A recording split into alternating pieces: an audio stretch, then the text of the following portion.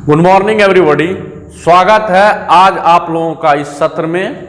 और आज हम 11th के चैप्टर को कंटिन्यू करते हैं और इससे पिछले वाले लेक्चर में हम लोग स्केलर प्रोडक्ट के बारे में पढ़ चुके हैं।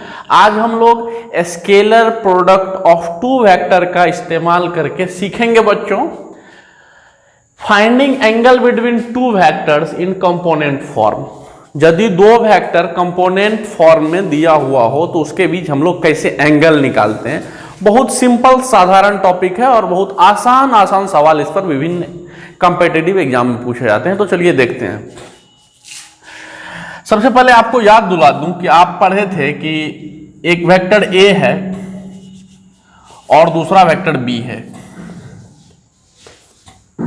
इन दोनों वेक्टर्स के बीच एंगल बन रही थी थीटा। अब इन दोनों वेक्टर का हम लोग डॉट प्रोडक्ट डिफाइन किए थे ए डॉट बी बराबर ए बी कॉस थीटा।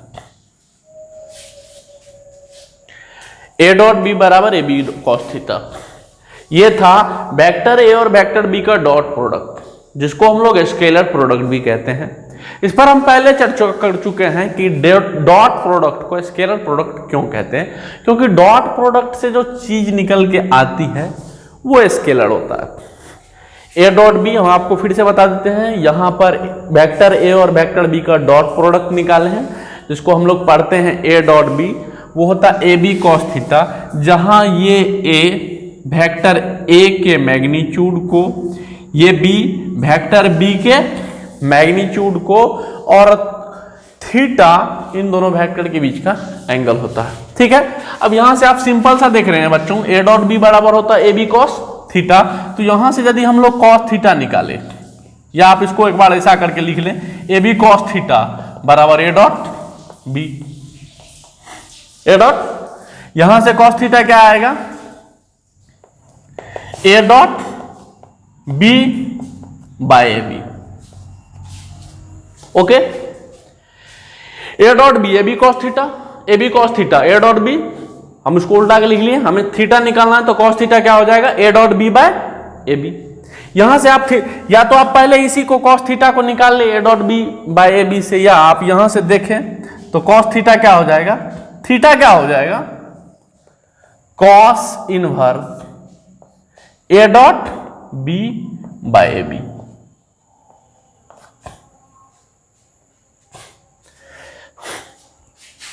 ये हमारा आ जाएगा। तो हम इसी मेथड का यूज करेंगे कि हम कॉस थीटा, या बोले आप थीटा निकालने के लिए, तो थीटा निकालने के लिए पहले हम लोग कॉस थीटा निकालेंगे, या फिर डायरेक्ट आप इस फॉर्मूला का यूज कर सकते हैं, थीटा बराबर cos inverse A dot B by A B, या आप कॉस थीटा निकाले। मैं तो पहले कॉस थीटा निकालता हूं, उसके बाद जो निकल के आता है तब इनवर्स लगाते हैं। या यदि थीटा इस तरह का आ जाए कि उसका हमें वैल्यू मालूम हो तो हम इस प्रोसेस से नहीं गुजरते हैं। तो कॉस थीटा हो गया A dot B by A B. यानी यदि दो वेक्टर कंपोनेंट फॉर्म में दिया रहेगा तो हम लोग पहले उसका डॉट करेंगे। डॉट करने से जो वैल्यू आएगी उस वैल्यू में हम लोग डिवाइड कर देंगे उन दोनों वेक्टर के मैग्नीट्यूड के प्रोडक्ट से, तो हमें एंगल मिल जाएगी। लेकिन सबसे पहले आप देखिए कि यदि इस फॉर्मूले को यूज करते वक्त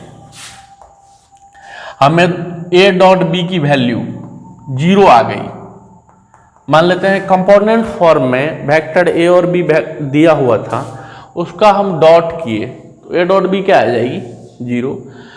यदि ए डॉट बी 0 आ जाएगी तो डायरेक्ट ए डॉट बी को हम ऊपर में क्या लिखेंगे, 0।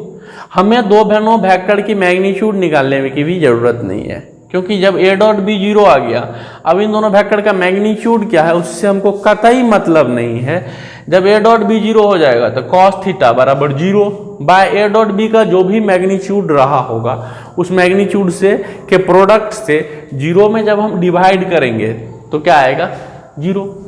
यहां से आप देखिए, यदि हम ए डॉट बी निकालेंगे कंपोनेंट फॉर्म में जो वेक्टर दिया रहे वो ए डॉट बी निकालेंगे, हमको 0 आ गया तो हमारा कॉस थीटा क्या आएगा, 0 बाय ए और बी का मैग्नीट्यूड हम नहीं भी निकालेंगे तो नीचे क्या लिखेंगे, ए बी।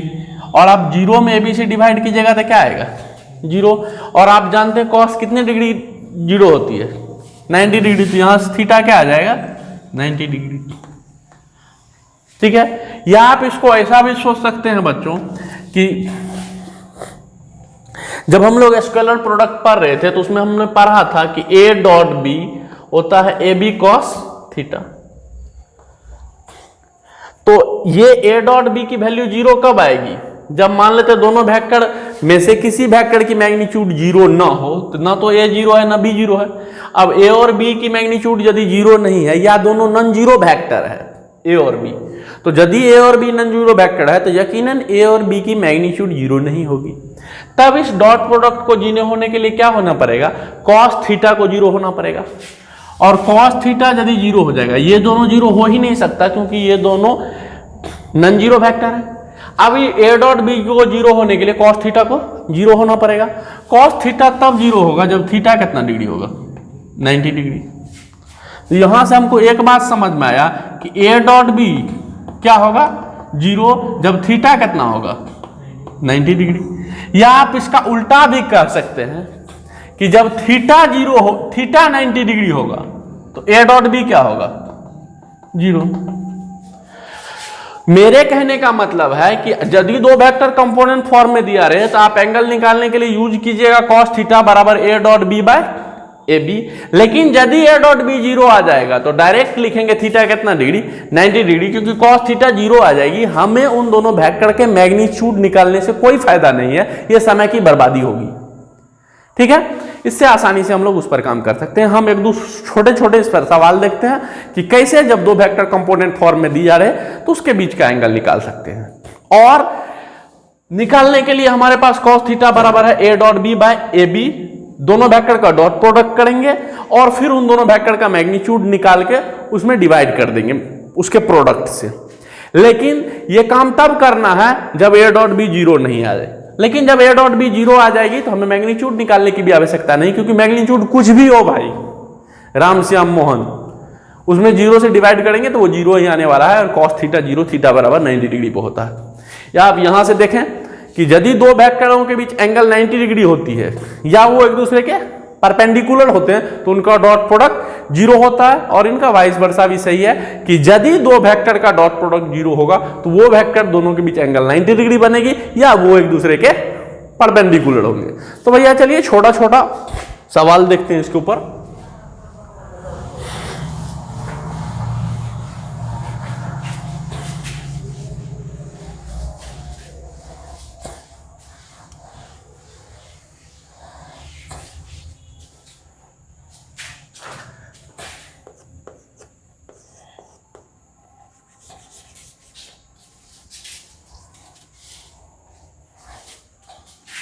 इफ ए बराबर आई प्लस जे एंड बी बराबर आई माइनस जे,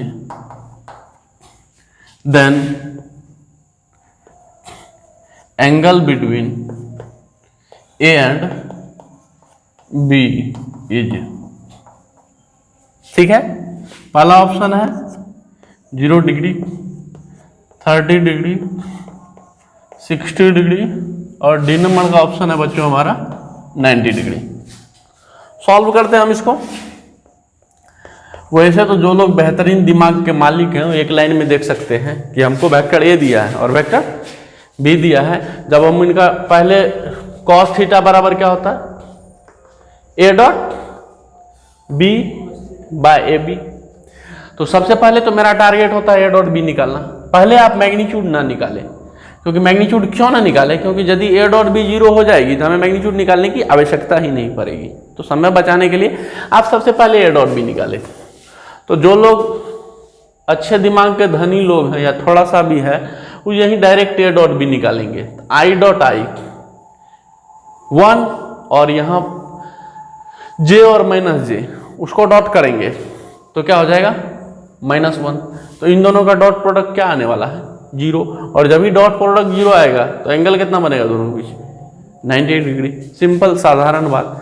या जिन लोगों को लगे कि बहुत अच्छे तरीके से कैसे बनाया जाए तो यहाँ हम लिखते हैं गिवन ए बराबर आई प्लस जे एंड बी बराबर आई माइनस जे। यदि हम लोग यहाँ ए डॉट बी निकालें तो यहाँ आई में 1 मल्टीप्लाई है, यहाँ बी आई में क्या है 1, और आई डॉट आई 1 होगा, और यहाँ प्लस माइनस माइनस, यहाँ 1 है और यहाँ -1 है, तो प्लस माइनस माइनस, और I dot J dot J भी 1 होगा, तो यहाँ क्या हो जाएगा -1। इसकी वैल्यू क्या आई, यानी ए डॉट बी 0 आई। हमें ए और बी की मैग्नीट्यूड निकालने की भी जरूरत नहीं है, या जो लोग चाहते हैं मैग्नीट्यूड निकालें तो एक बार हम उसको दिखाते हैं कि कैसे काम कर सकता। हो सकता है किसी दूसरे सवाल में 2 वेक्टर का डॉट प्रोडक्ट 0 नहीं आए, तो उसको कम से कम यहाँ से पता हो कि कैसे काम किया जाता है, इसलिए हम कर रहे हैं। नहीं तो हमारा आंसर पहले आ चुका है 90 डिग्री। अब यहाँ ए की मैग्नीट्यूड निकालेंगे तो रूट अंडर 1 का स्क्वायर प्लस, क्योंकि यहाँ एक्स कंपोनेंट आई में 1 गुना है, यहाँ भी जे में 1 गुना है, 1 का स्क्वायर प्लस √2। बी का magnitude root under X component का स्क्वायर प्लस वाई कंपोनेंट का 1 और -1, तो ये हो जाएगा √2। अब आप फॉर्मूला लगाइए तो cos थीटा बराबर होता है ए डॉट बी बटा ए बी। मान लेते हैं ए और बी के बीच एंगल थीटा बन रही है, तो ए डॉट बी कीजिएगा आप, तो वो तो पहले से क्या आया हुआ है 0, और नीचे दोनों का मैग्नीट्यूड √2 इंटू 0/2 बराबर कितना, यहां से cos थीटा कितना आया 0, इसलिए थीटा कितना आ गया 90 डिग्री। लेकिन इतना करने की जरूरत नहीं है बच्चों, जब भी आपको पता चल जाए कि डॉट 0 है, थीटा कितना हो जाएगा 90 डिग्री, और जब थीटा 90 डिग्री हो तो उसका डॉट 0 हो जाएगा। ठीक है, चलिए आगे एक सवाल और देखते हैं। एक ऐसा सवाल लेते हैं कि जिसमें ए डॉट बी 0 ना आए।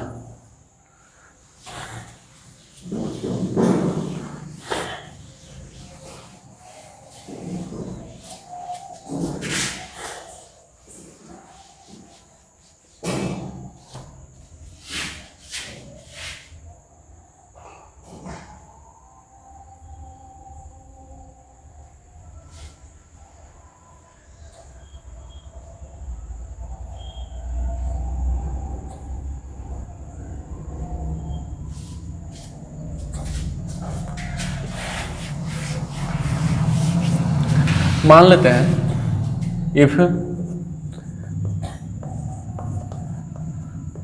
वेक्टर ए बराबर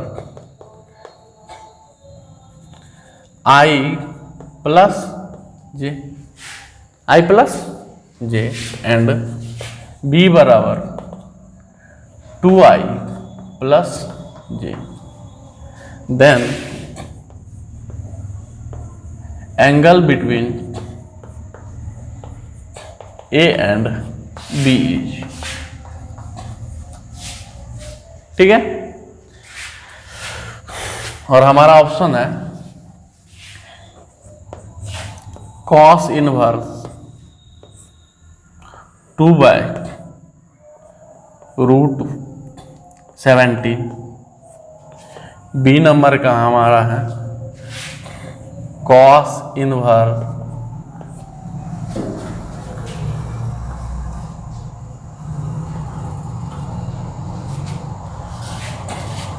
5/√17।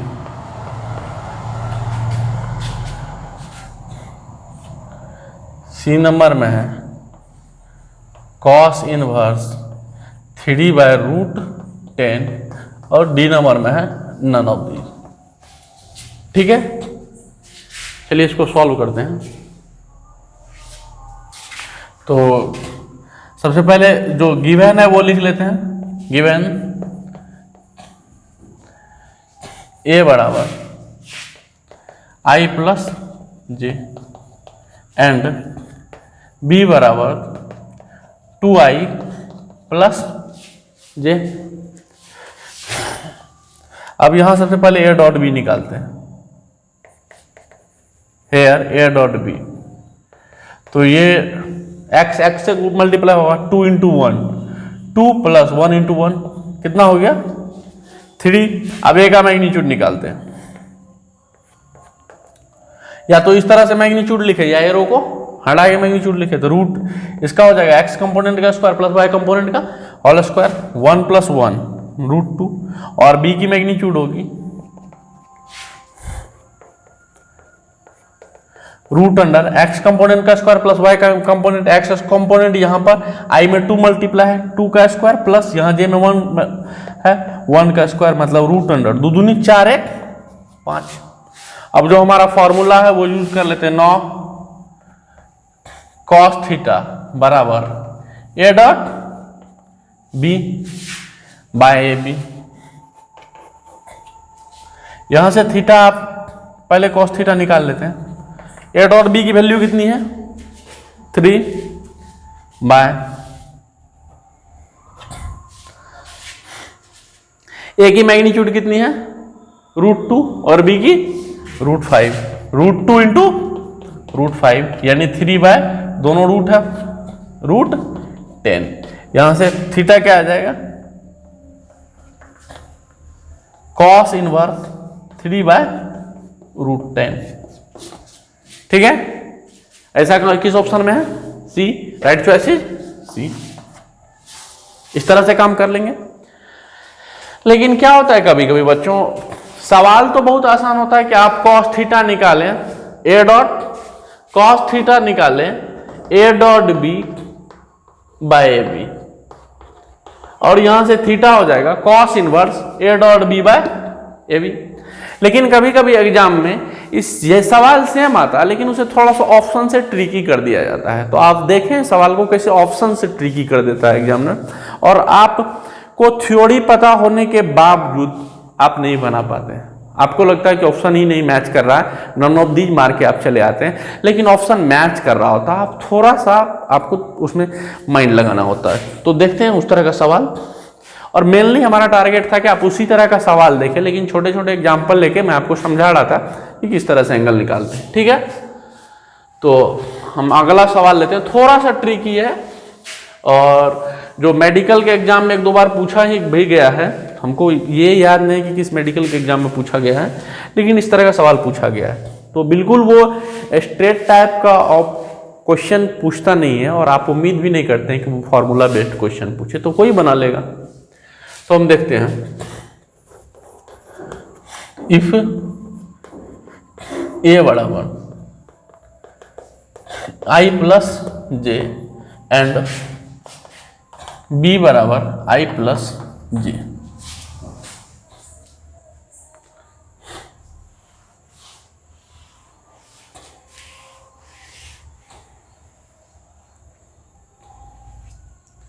यहां i प्लस जे ना लेके मान लेते हैं, हम लेते हैं 2i plus J. Then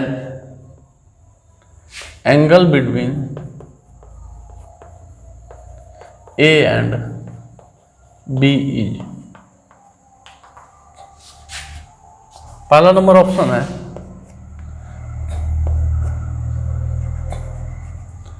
cos inverse 3 by √17। B number में है cos inverse 3 by √7। C number में है साइन इनवर्स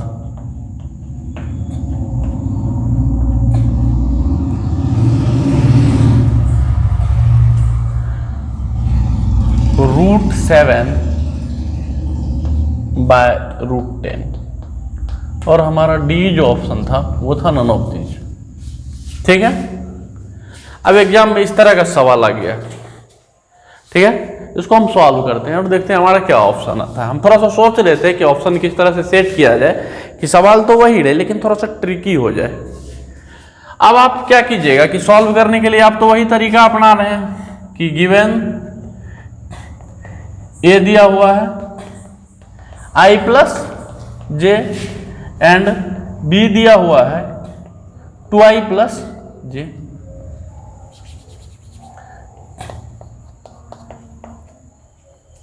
एंड अब हमको थीटा निकालना था, हम तो फॉर्मूला तो वही यूज करते हैं कि cos थीटा बराबर a dot B by A B.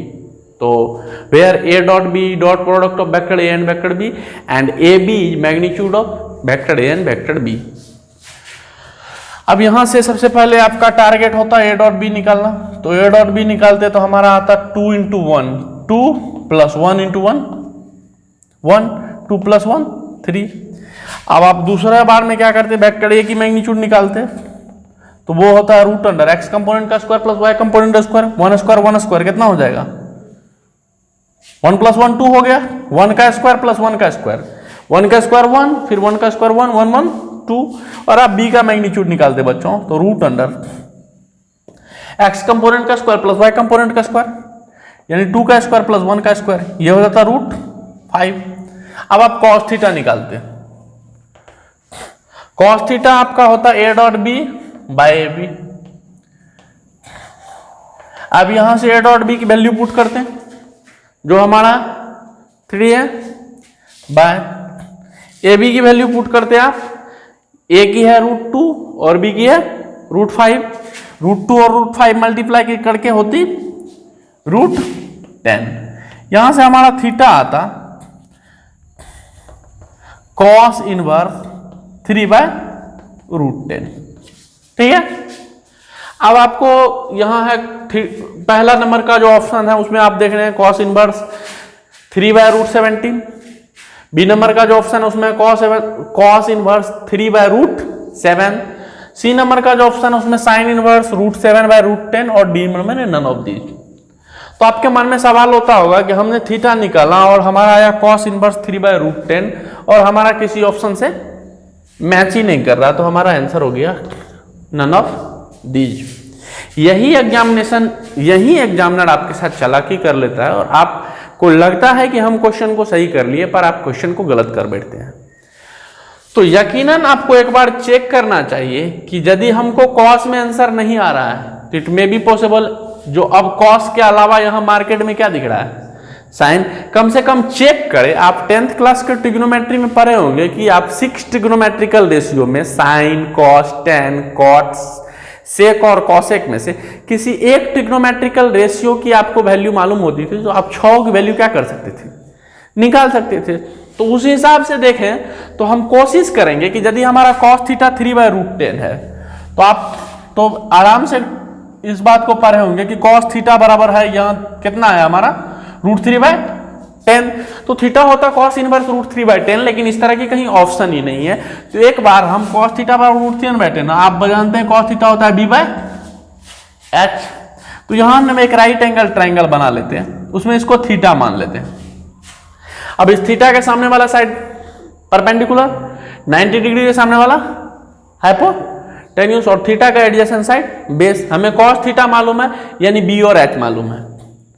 हालांकि बी और एच मालूम नहीं, बी और एच का रेशियो मालूम है, लेकिन सवाल को इस सेंस में लोग सॉल्व कर लेते हैं लूज सेंस में, तो मैं भी ऐसा कर लेता हूं। इससे हालांकि जो आंसर आता है वो भी एक रेशियो होता है, तो उससे कोई खास फर्क नहीं पड़ता, क्योंकि यदि कॉस थीटा रेशियो है तो साइन थीटा भी तो रेशियो है पी और एच का, तो रेशियो वाइज जब काम करते हैं तो आप इस सेंस में ले सकते हैं, इससे कोई खास परेशानी नहीं है। तो आप बी के जगह रखें रूट 3, क्योंकि इस थीटा के लिए बेस हो गया, और ये है हमारा एच कितना है, एच की वैल्यू हमारी है रूट 10 है यहाँ, सॉरी ये जो हमारा है 3d बाय रूट 10 है, तो यहाँ हमारा 3 और ये कितना रूट 10। अब हमको साइन चाहिए, देखते हैं साइन में आंसर आता है कि नहीं। आप ये निकालिए, तो इस थीटा के लिए क्या है परपेंडिकुलर, आप इस राइट एंगल ट्रायंगल का कुछ नाम दे सकते हैं ABC। अब इसमें हमको क्या निकालना है AB यानी बेस, वो हो जाएगा रूट अंडर परपेंडिकुलर हाइपोटेन्यूज का स्क्वायर माइनस बेस का, तो रूट 10 का स्क्वायर क्या हो जाएगा 10, अब माइनस 3 का स्क्वायर क्या हो जाएगा 9, 10 माइनस 9 क्या 1। सॉरी थोड़ा सा बीच में जो हम सोच रहे थे ना, तो हमको लगा रूट 7 आएगा, यहाँ हमको थोड़ा सा हो जाता है, तो यहाँ हमारा 1 रख लेते हैं, ठीक है। अब हमारा ए बी कितना आया रूट 1, इसकी वैल्यू कितनी आई 1। तो अब यदि आप यहां से कॉस थीटा जो हमारा आया 3 बाय रूट 10, उसके मदद से आप क्या निकालते, आप यहां से साइन थीटा निकालिएगा तो क्या आएगा P बाय एच, उसकी वैल्यू आएगी 1 बाय रूट 10, 1 बाय। आप उस हिसाब से देखिए तो थीटा कितना आएगा साइन इनवर्स 1/√10। और इस तरह का ऑप्शन क्या है? सी। तो बस आप थोड़ा सा ये ध्यान रखें कि ऐसा हो सकता है कि जब आप इस तरह के सवाल को सॉल्व कर रहे हो तो उसमें वो आपको cos थीटा ना देके, एक तो ऑप्शन यकीनन नन ऑफ दीज रखेगा, क्योंकि यदि वो नन ऑफ दीज नहीं रखता तो आप यकीनन थोड़ा देर सोचते रुक के कि आखिर बात क्या है, कि ऑप्शन तो 4 है और ऑप्शन मैच ही नहीं कर रहे, तो लोग थोड़ा देर ऐसे में रुकते हैं। बट यदि नन ऑफ दीज भी ऑप्शन में हो तो वो थोड़ा देर, एक बार तो ऑप्शन चेक करता है लेकिन फिर उसके बाद वो नन ऑफ दीज के साथ चला जाता है, क्योंकि क्वेश्चन सॉल्व करते वक्त उससे और बहुत जगह नन ऑफ दीज से मुलाकात होती है। तो यदि कॉस उसमें हो और सिंगल चॉइस क्वेश्चन हो तो यकीनन, और जो ट्रिग्नोमेट्रिकल रेशियो हो उसमें साइन हो या टैन हो, तो आप कॉस की मदद से साइन, टैन या सेक की वैल्यू क्या करें, निकालें और देखें कि क्या उन सब में से कोई हमारे आंसर को मैच कर रहा है या नहीं। या हो सकता है कि यदि वो more than one choice question पूछना चाहते हैं हो और more than one choice question हो तो उसमें हो सकता है कॉस के टर्म में भी सही आंसर दिया हो, साइन के टर्म में भी आंसर सही दिया हो, टैन के टर्म में आंसर भी सही दिया हो और कॉसेक के टर्म में भी आंसर सही। तो इट मे बी पॉसिबल कि 4 ऑप्शन सही हो जाए, 2 ऑप्शन सही हो जाए, या यदि सिंगल चॉइस क्वेश्चन हो और कॉस में आंसर नहीं मिल रहा हो तो आप यकीनन दूसरे क्वेश्चन को दूसरे ट्रिग्नोमेट्रिकल रेशियो के साथ जो एंगल दी हुई है उन्हें चेक करें। उसके बाद भी यदि मैच न हो तब आप नन ऑफ दीज के साथ जाएं। ठीक है, यह था हमारा आज का लेक्चर जो बेस्ड था स्केलर प्रोडक्ट के ऊपर, और स्केलर प्रोडक्ट में भी हमारा जो आज सब टॉपिक था वो था finding angle between 2 vectors when these vector are given in component form. आशा करता हूं कि आज का लेक्चर आपको अच्छा लगा हो और हम आज के लेक्चर के माध्यम से आपको 2 वेक्टर के बीच एंगल कैसे निकाले जाते हैं उसे मैं समझा पाया हूं जब वो स्केलर फॉर्म में दिया हुआ हो। ठीक है, इसी तरह की वीडियो आपको लगातार मिलते रहे, इसके लिए आप हमारे YouTube चैनल जो YouTube पर श्री कृष्णा क्लासेस मधेपुरा के नाम से मौजूद हैं उसे सब्सक्राइब करें और इसी तरह की वीडियो की नोटिफिकेशन के लिए बेल आइकन को दबाएं। धन्यवाद। That's it.